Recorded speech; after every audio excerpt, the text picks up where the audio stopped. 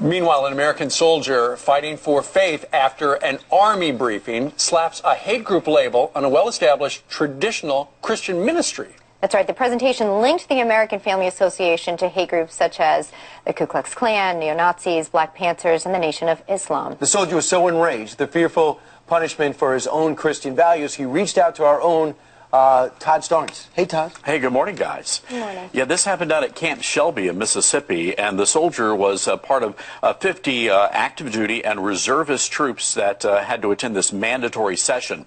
And in this session, they certainly did label the American Family Association, which is a well-respected Christian ministry, as an example of a hate group. And this soldier snapped a photograph that he sent me showing the slideshow presentation that made that allegation.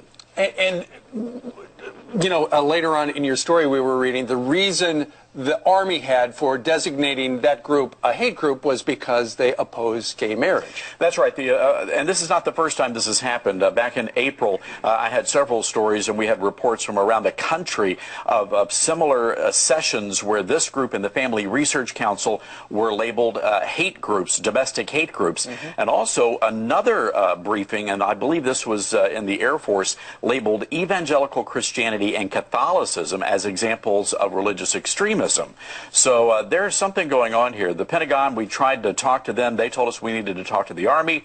And at that point, the Army, well, it's been almost 24 hours and we still haven't heard back from them. A U.S. soldier in our Army spoke out. He said this: "I had to show Americans what our soldiers are now being taught. I couldn't just let this one pass. I was completely taken back by this blatant attack, not only on the AFA, but Christians in our beliefs."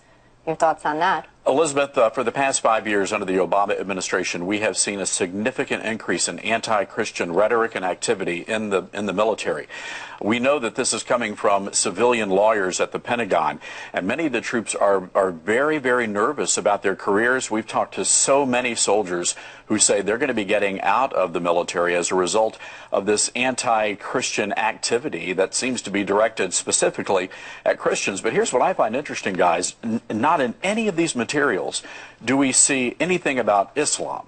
It's always about evangelical Christians or Catholics. Labeled as radical and extreme. That's right.